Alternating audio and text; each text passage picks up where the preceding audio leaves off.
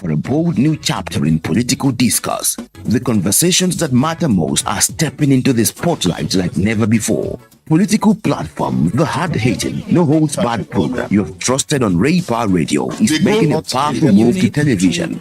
Tune in to Africa Independent Television, AIT, as political platform debuts on your screen, bringing deeper analysis, sharper debates, and the voices shaping our nation's future right into your screens. From policy and politics breakdowns to real-time discussions with key stakeholders, this is more than a program. It is where opinions are tested, truths are uncovered, and the people's voice is heard. Join seasoned hosts and expert guests as they tackle the issues that define our democracy. No filters, no distractions, just real talk. Political platform now on AIT, 9 to 10 a.m. every weekday. Stay informed, stay engaged, be part of the conversation.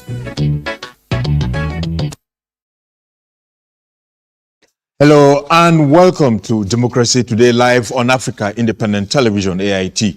I am TV.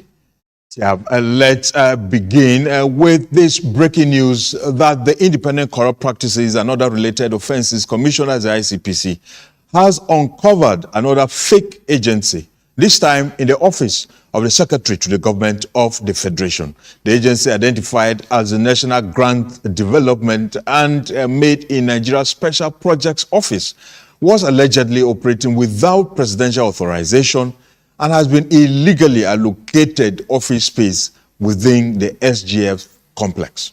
Meanwhile, President Bola Tinubu has ordered the arrest and suspension of 3 permanent secretaries allegedly involved in the activities of the fake agency operating in the SGF's office. And yes, the clock is ticking faster to the January 16, 2027 presidential election, and everybody and everything are getting on board already. And the Independent National Electoral Commission, that is INEC, says it will conduct a national mock accreditation exercise in November this year with the bimodal voter accreditation system, that's BVAS, and other electoral equipment as part of steps to ensure its readiness for the 2027 general election. Details of the location, the date, the time, and all of that are yet to be available.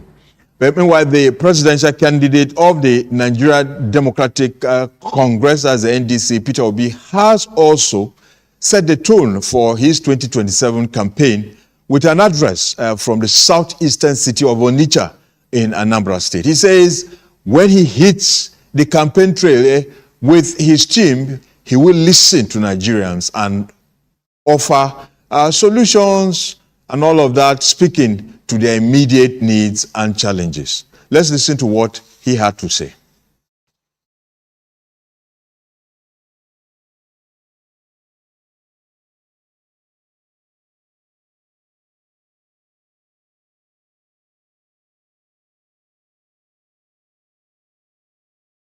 Okay, we're trying to sort that out, but then Obi may have not raised very serious talking points in his address, but like his African Democratic Congress ADC counterpart Atiku Abubakar, he chose his strongest support base, that's the Southeast, in his first campaign activity. And for the former vice president, he chose to speak in an interview in Hausa language, which appeals to what is perceived to may probably be his strongest support base in the 2027 presidential election. That is the far north.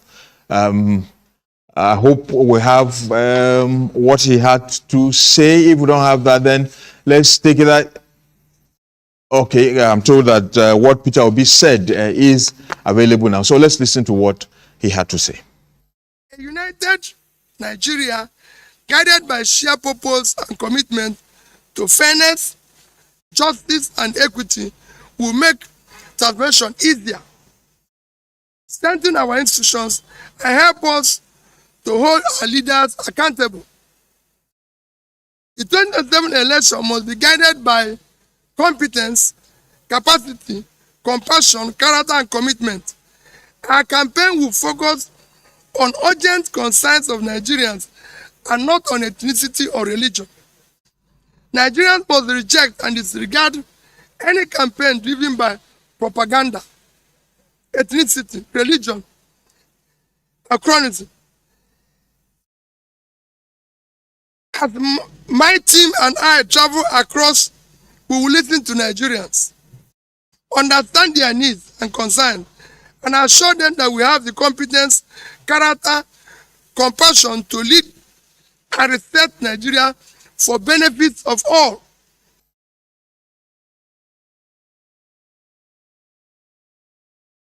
And in the last 24 to 48 hours, it has been Atiku's ADC's Atiku Abubakar and APC's Bola Tinubu. In fact, the president has personally weighed in on the matter. I want to believe we'll have, most probably in the course of the program, what the president had to say. But then tonight we have two gentlemen on the two sides of the divide. Former APC presidential aspirant Dr. Ibrahim Dauda, who is a strong supporter now of President Tinubu and National Secretary of the Game Changer Group. And we also have Mr. Paul Ibe, who is the media advisor to the ADC presidential candidate and former Vice President Atiku Abubakar. We'll get into the conversation immediately, but let's also listen to what the president had to say about the Atiku economic recovery plan. Trajectory of the history. I saw one of my opponents now say we go back to subsidy.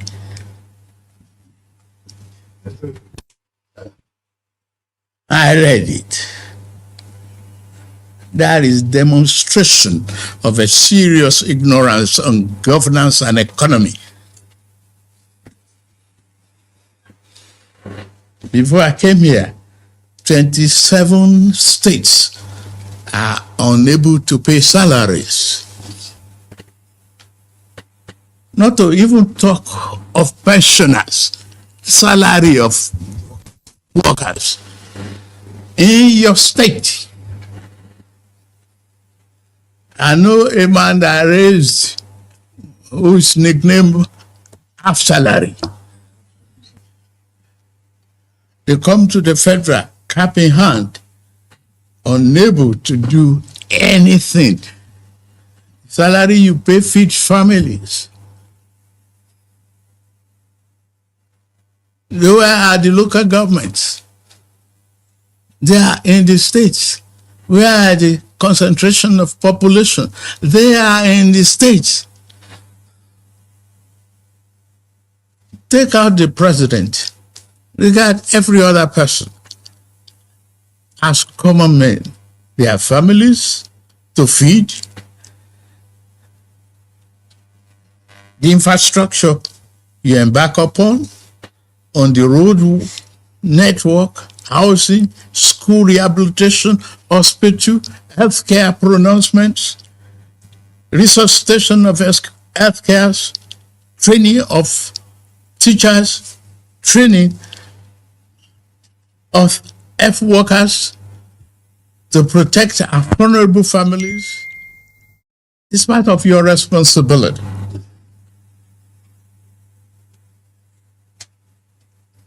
And the people of Osun State.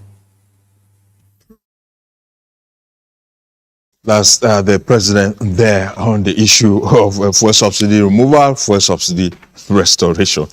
But like I told you much earlier, we have two gentlemen with us in the studio. We most probably will bring you up to speed with other major developing stories much later in the program. But we have former APC presidential aspirant, Dr. Ibrahim Dauda. Thank you very much for joining us this evening. Thank you. We also have the media advisor to the ADC presidential candidate and former vice president, Atiku. Thanks for having me. Yeah, so we'll start with you because the former vice president started the conversation. Why did he choose to have an interview in Hausa? A number of people are saying, look, he was trying to appeal to a particular section of the country that he feels would be his major support base in the 2027 election. Well, the same question could also have been asked about 2 months ago when he had an interview with Arise. Somebody also could have asked, why English? At the time, the campaigns, the date for the campaign on the INEC timetable had not started. And he could not also speak to some of these issues the way and manner he spoke to them. Well, this issue that he spoke to is not about campaign. And His Excellency Atiku Abubakar has been working, on a number of modalities. He has been, looking at, issues. So you never serve a meal until it is ready. It was ready as at 48 hours ago when he served it. So the timing is irrelevant here. And the language that he chose to speak, it matters less. Okay. And immediately after that, barely 24 hours after that, we saw the Atiku Economic Recovery Plan. Yes, he was speaking to the Atiku Economic Recovery Plan. He wasn't saying what he said in isolation. Okay. It was born out of deep introspection. He had reviewed, his plan and all of that. And, he had to, make that pronouncement. Can we now say that he's changing his position on fuel subsidy? Because this was not his position before 2023, and just of the, most probably, the last 48 hours. Nigerians never knew that this was his position. He has a right to change his mind. But can we say this is what has happened? And if that is the case, what informed this change of mind? You need to put side by side what he said against the backdrop, of the current reality that we have. Clearly, of course, Atiku Abubakar, has been for removal of subsidy. Yeah. We're not having an argument about that. But what he did is a mark of leadership. And so what we are having, following the response, of Mr. President, is leadership versus heartlessness. Because it appears that this president is unaware or chooses, to play the ostrich about, the current, material, conditions, of Nigerians. It's a hopeless situation. Nigerians are battered, they are shattered. The economy has been laid prostrate. People can barely afford, their responsibilities to their families. Children, school fees that have to be paid, hospital bills to be paid, food to be put on the table. So this is the reason why Atiku Abubakar, having looked, at all of this, a leader can review, you can restructure, you can even reverse. It's not an option to keep staying on the same spot as this president has, chosen to. That's because you don't want to acknowledge that, I may have been wrong. Okay. Dr. Ibrahim Dauda, you've listened to that intervention, and you're a strong supporter of the president, very strong supporter of the president. And I'm sure you've also gone through the Atiku Economic Recovery Plan, and what the president has said, and all of that. To say that the president, most Nigerians, like he has mentioned, obviously have complained. Even the president, uncountable times, he has said, look, I understand your pain. I know the pains you are suffering and all of that. The economy will make a turn. The economy is making a turn now, and all of that. But he has refused to. From what Atiku has done, has changed her position. But the president appears to stick with this despite what Nigerians are saying or what Nigerians are also feeling. Thank you. The fuel subsidy issue has been a lingering issue. But what many people are not talking about is not the oil, is not the subsidy first. There is no process of government that exists outside legislation. There is none. Every government process is governed by legislation. Who removed subsidy? President Tinubu might have announced it, but subsidy was removed by an act of parliament. The Petroleum Industry Act. Yes, via the Petroleum Industry Act of 16th of August 2021. What brought subsidy? Subsidy is a product of two agencies enacted by, which came into life by act of parliament via the Petroleum Equalization Fund, PEF, the Petroleum Products Pricing Regulatory Agency, PPPRA, that regulates and fixes pricing of petroleum products, PMS, and the rest of them. Which the PIA now abolished, repealed them. Those legislations. Now, by repealing those legislations, automatically subsidy ceases to exist by law. Because you cannot subsidize products except the prices are fixed. And you have the landing cost. Subsidy is landing cost minus the pump price. The difference is what is called subsidy, which is what government is augmenting. And you cannot have subsidy without these two agencies by law. So, and subsidy was inserted in the 2023 budget up to June. That is the termination. Yeah. And the president announced it on May 2029. So, if you are in the shoes of the president as at then, are you going to go against the act of parliament or against the constitution of the federation? It's impossible. So, subsidy, it's a legislative issue. It's a legal issue. So it was removed from what you said. It was removed as far back as 2021. And what processes were followed before PIB was passed? It has to go through all the state houses of assembly. All the state houses of assembly have to give 2/3 majority. By extension, the PIB. No, PIB is an act of the National Assembly. Yes, but you have to get the consensus. No, it was not a constitutional amendment alteration bill. It was an act of the National Assembly. In any case, it was passed. These two agencies were repealed. Yes.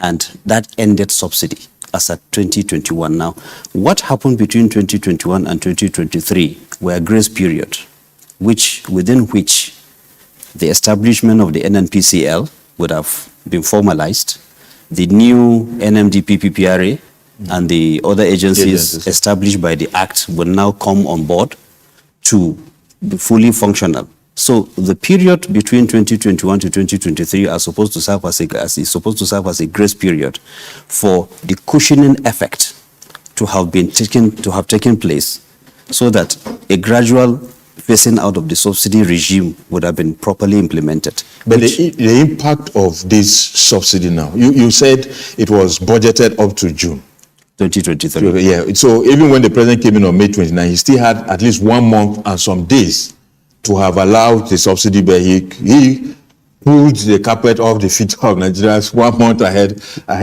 of that time. Most probably you are from, if I understand what you are saying, that if Atiku most probably would have been the one that was elected, he also would have faced the same circumstances. It's the same circumstances. You cannot run away from it. You can't change the Act of Parliament overnight. It took about 2 years plus to do that. But the impact now and what Nigerians are going through and all of that, shouldn't there have been now a change? That is the second phase now. Now, I made that clear so that we understand that Tinubu did not remove subsidy. He only announced the removal the ending of the regime, which was removed through Act of Parliament. It's not an individual problem. It's not a government, it's not the president, it's not an executive or the prerogative. It's a legislative issue. It's a legal issue. Now, what happens after that? Remember, between 2021 to 2023 is supposed to be a grace period. Nobody is talking about that. What happened between that period? Why? What happened to the cushioning effect of those periods? Now, they didn't plan, but it was your APC government they didn't plan for what will happen after. Beyond that, now, what happened from the time he removed subsidy to date? Now, like the president said, we have 3 tiers of government. You have federal, that's the president. You have the governors, that's the state. You have the chairman of local government, that is the local government council. Like the president rightly said, before his administration came in, 27 states were owing salaries. Why? Because they are barely making it. And one of the effects of subsidy is, and how is subsidy funded to start with? There's what you call under cost recovery, which is the difference between the total cost of what Nigeria sells as crude oil. If Nigeria sells... I think the under cost recovery was a term the Buhari administration brought in to deny that it was paying subsidy. Yes, but the most important thing is a cost. NNPC, when they sell crude oil, they deduct the cost of subsidy before paying the balance to the Federation account. That is one way. Second is the legislation by National Assembly, which as at 2023, you have over 3.3 trillion. As at 2023, between January to June, the cost of subsidy to Nigeria was about 3.3 trillion. That's for, if you now take it to 6 to 12 months, the cost of subsidy for 2023 alone would have been about 7 trillion, which is almost getting to almost a quarter of our total budget. That is subsidy alone. And you remember, you have to borrow that money. So the cost of subsidizing petroleum in Nigeria have robbed the state's government and other tiers of government from having the adequate funds to even pay salaries. Removing subsidy now, if you ask any state government today and local government, some states' allocations have quadrupled, some have tripled. You understand? Okay, and like the president said, the trickle-down effect is supposed to go down, and the president is not responsible for what the governors do. But he's all right. Paul Libe, you've listened to also what he has said. Yes, I do. But in the statement from the Atiku Abubakar, the media team, we're seeing 30 trillion. You guys are asking for accountability for about 30 trillion, most probably from what would have been fuel subsidy removal savings. Am I right? You know, it's very worrisome because it appears that apart from, this government, there appears to be a dummy government, somewhere operating, a parallel, economy.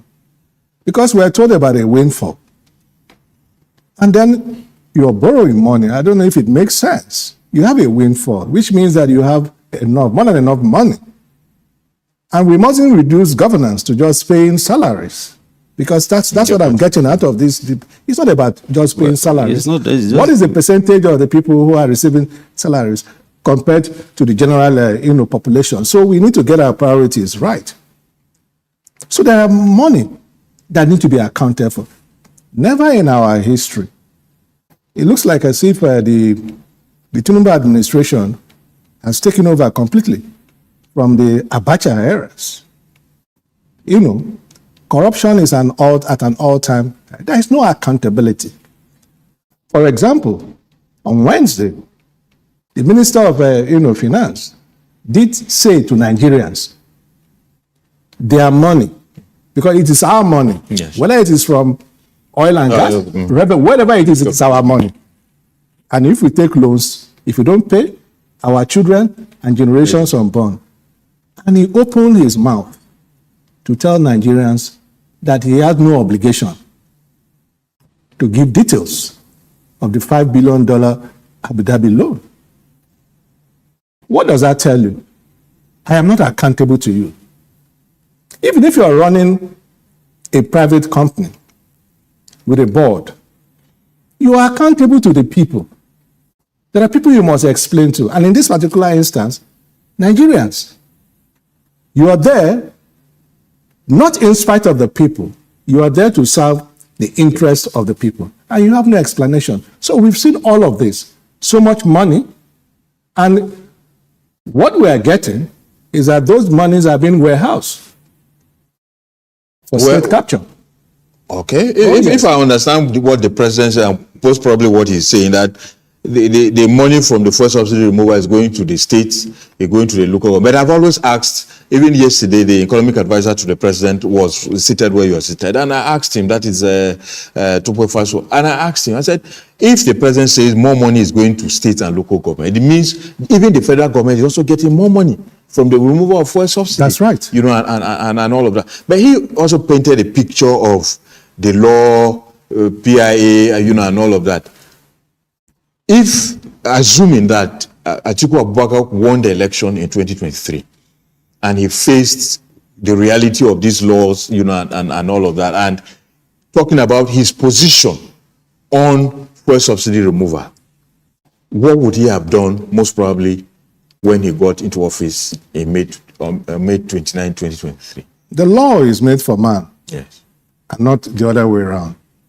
Having operated this withdrawal of subsidy regime for 3 years and seeing the impact, negative impact it has had on Nigerians, what he said, it's an admittance of failure of leadership. Because the person who is operating the law, who has an overview of the situation, is the president. And so the same law can be changed. You can make an amendment to the law. Sure.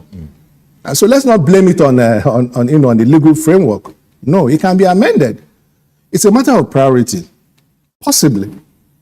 And I wish to stress that this president has not prioritized the welfare of the people, because this is the same administration that we saw that took a bill for a change of national anthem, ran it through the National Assembly, matter of hours, and then we were reverted back. So what is more important?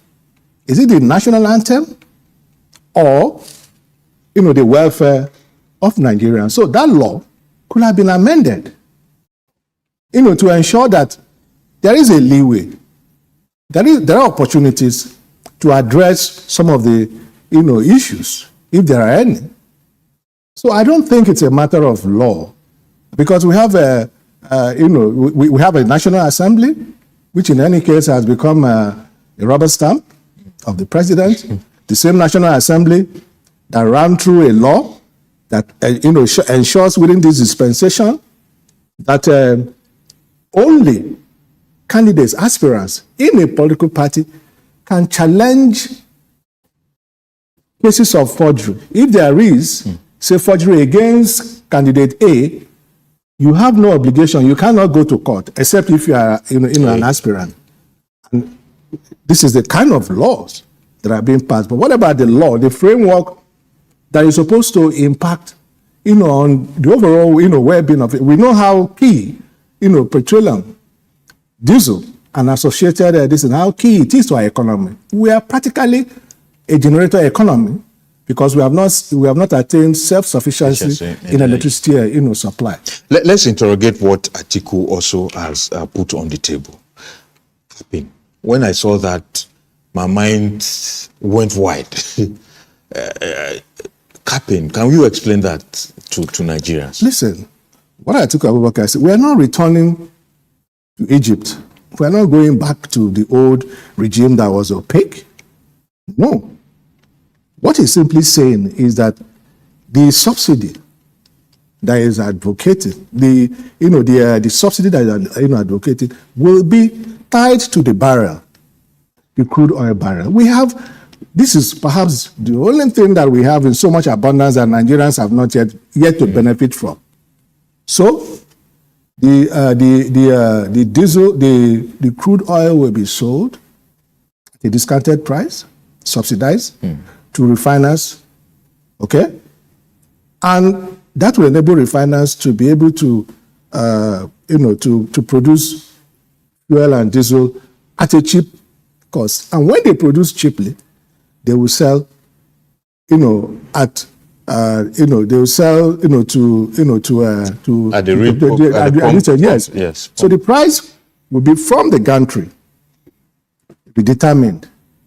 Okay, an independent, committee will take into consideration, market this and determine what the price will be, and there will be a window, because of course we've deregulated it. So we cannot have you may not fix the price, but you can have price monitoring to ensure that everybody, aligns with, what government hopes to achieve.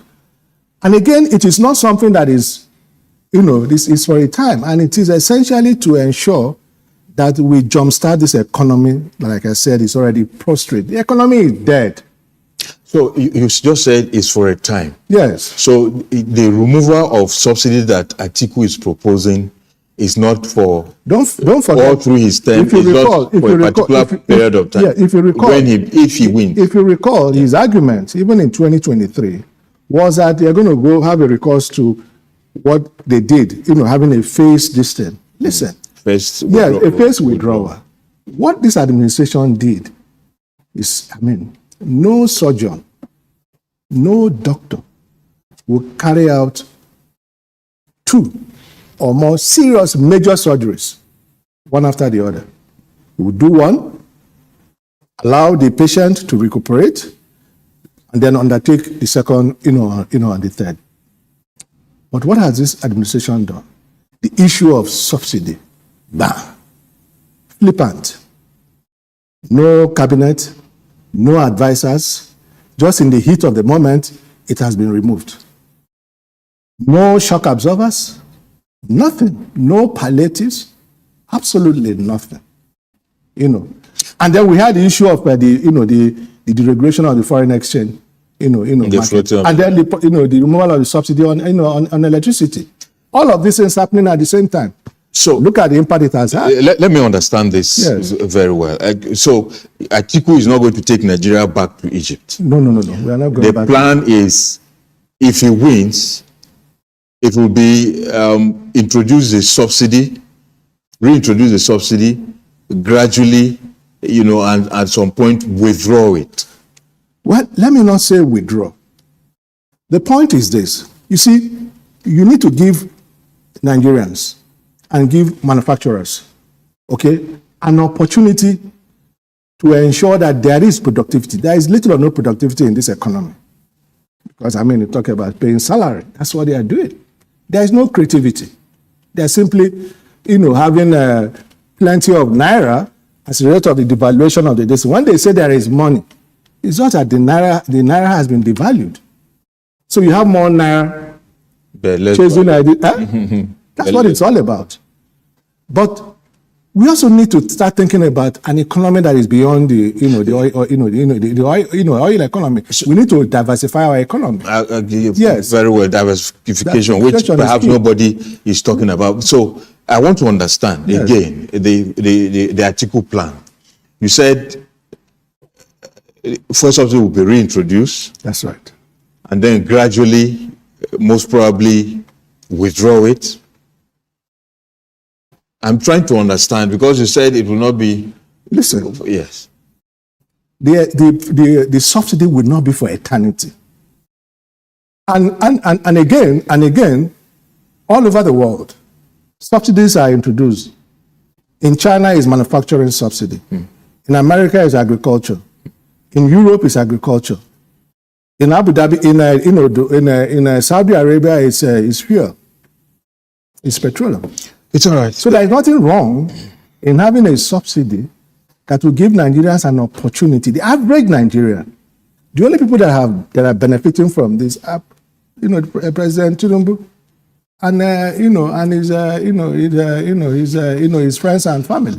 When we get back, we'll get Dr. Ibrahim Dauda also talking because he's not spoken for some time. And how will the president and people like you who are supporting him and campaigning for, who probably will campaigning for him for the re-election, how will you respond? Because this is just coming from Atiku Abubakar.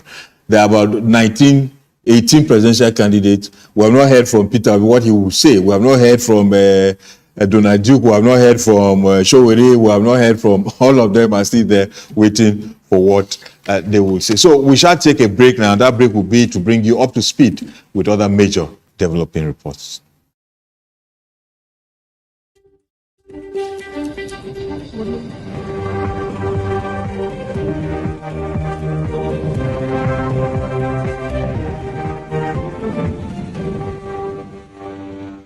The Federal Capital Territories Minister, Nyesom Wike, says political support for President Bola Tinubu ahead of the 2027 general elections will expire beyond party lines through what he described as a larger rainbow coalition.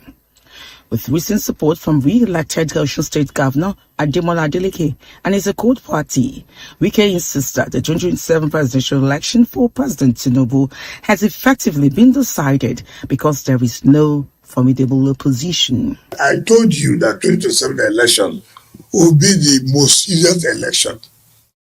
I'm sorry, all those ADC who are talking about, they helped Adeleke to win. They have seen that they have not really just wanted to go and harvest where they never planted. So Adeleke is fully supporting Mr. President. And so we had to meet last night and encourage ourselves to continue. And the next few weeks, watch what is going to happen.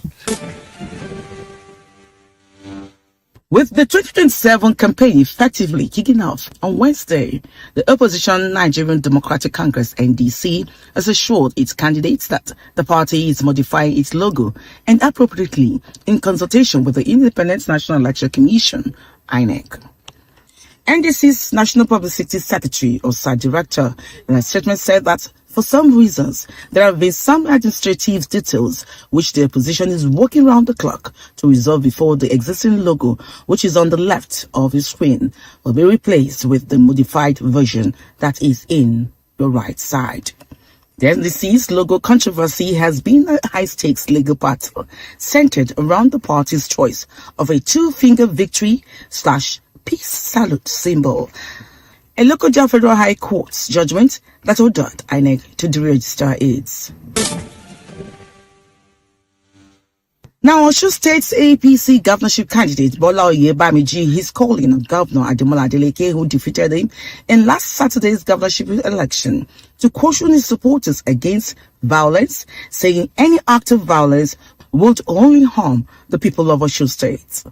Oyebamiji was speaking after meeting with President Bola Tinubu and says the APC was still reviewing the election results and will make its position known to the public after completing its assessment. I met with Father the President, Federal Republic of Nigeria, and what Baba said was that the most important thing is to run every election with a peaceful mind. It is important for us that we Nigerians have to know that government is about people, and it's about people, and it's about people. And because it's about people, it is important that we need to be peaceful. And I want to appeal to our people in Osun that they need to be peaceful.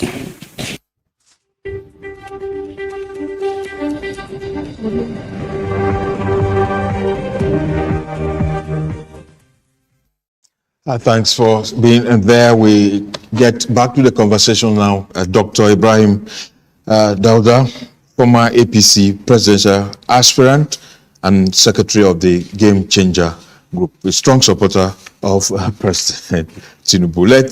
You've listened to him.